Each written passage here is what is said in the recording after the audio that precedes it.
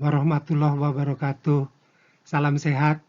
Selamat datang di Statistika Ekonomi dan Bisnis dengan topik probabilitas dasar yang merupakan peralatan sangat penting dari statistika yang tidak hanya berdiri sendiri sebagai probabilitas namun juga menjadi landasan bagi statistika inference. Mari kita mulai. Probabilitas adalah ukuran dari kebolehjadian sebuah peristiwa yang akan terjadi pada masa mendatang. Nilainya berkisar dari 0 sampai dengan 1. Jadi, jangan pernah menyatakan probabilitasnya adalah negatif 0,3.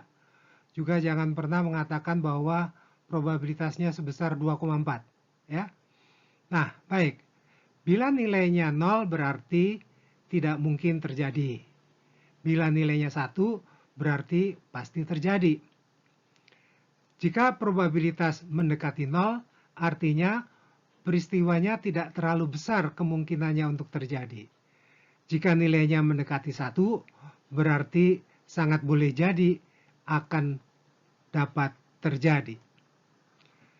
Baiklah, mari kita lihat materi yang akan kita bahas untuk sesi ini.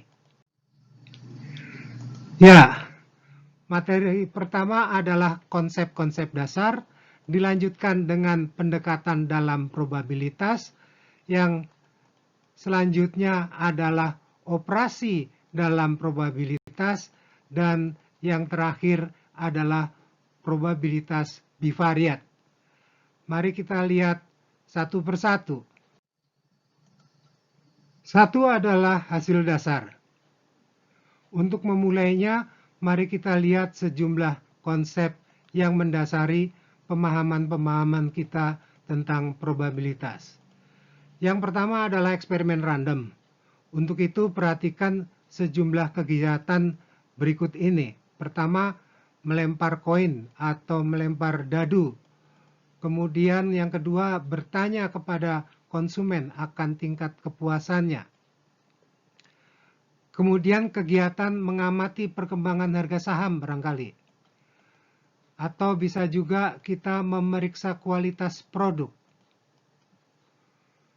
Ada kesamaan dari berbagai kegiatan di atas, yaitu adanya minimal 2 kemungkinan hasil, namun kita tidak dapat mengetahui mana di antaranya yang akan mewujud.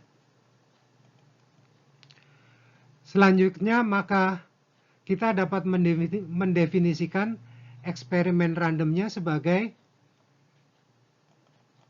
sebuah proses yang berakhir dengan sekurang-kurangnya 2 kemungkinan hasil tanpa kepastian mana yang pada kenyataannya akan terjadi. Selanjutnya adalah hasil dasar atau basic outcome yang diartikan sebagai daftar dari seluruh kemungkinan hasil dari sebuah eksperimen random. Ketika eksperimennya melempar koin, maka daftar hasil dasarnya adalah sisi kepala dan sisi ekor. Bila bertanya pada konsumen akan kepuasannya, maka daftar hasil dasarnya mungkin amat sangat puas, agak puas, kurang puas, sangat tidak puas, dan amat sangat tidak puas barangkali. Kemudian ada terminologi yang penting yang namanya ruang sampel atau sample space, yaitu himpunan dari seluruh hasil dasar yang biasanya dinotasikan dengan S. Dengan pemahaman ini, maka S tak lain adalah populasi yang kita hadapi, yang merupakan ruang tempat bersemayamnya para calon sampel.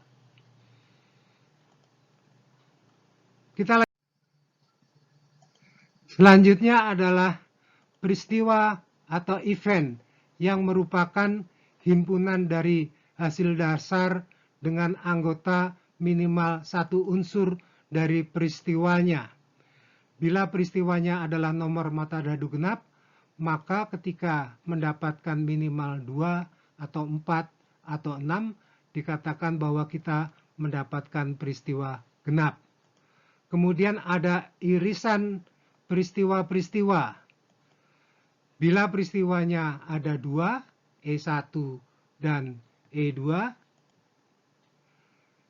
maka irisannya adalah himpunan dari hasil dasar yang memiliki atribut baik pada peristiwa E1 maupun E2 sekaligus.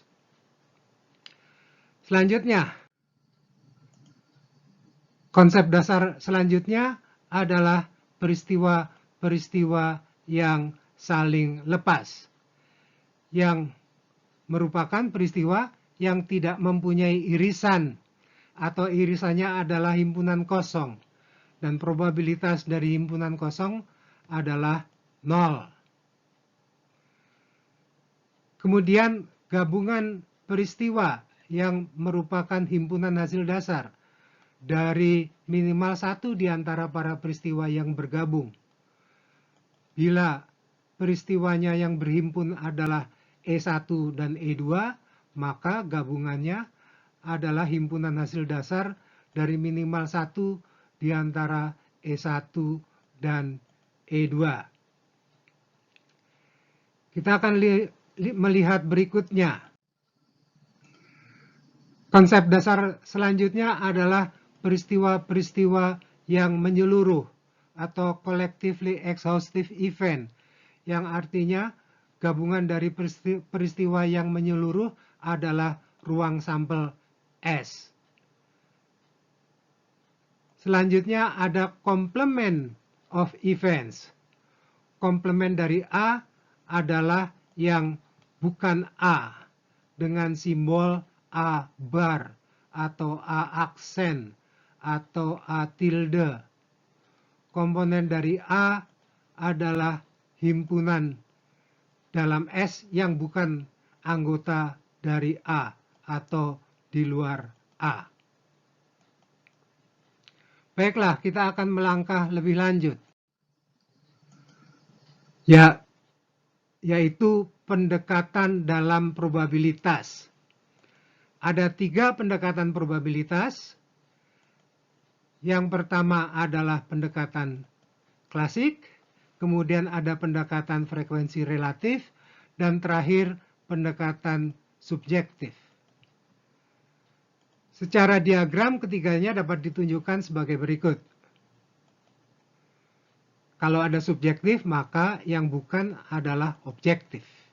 Ada 2 yang objektif, yaitu pendekatan klasik yang berdasarkan sama mungkinnya untuk terjadi, dan empirical yang berdasarkan frekuensi relatif.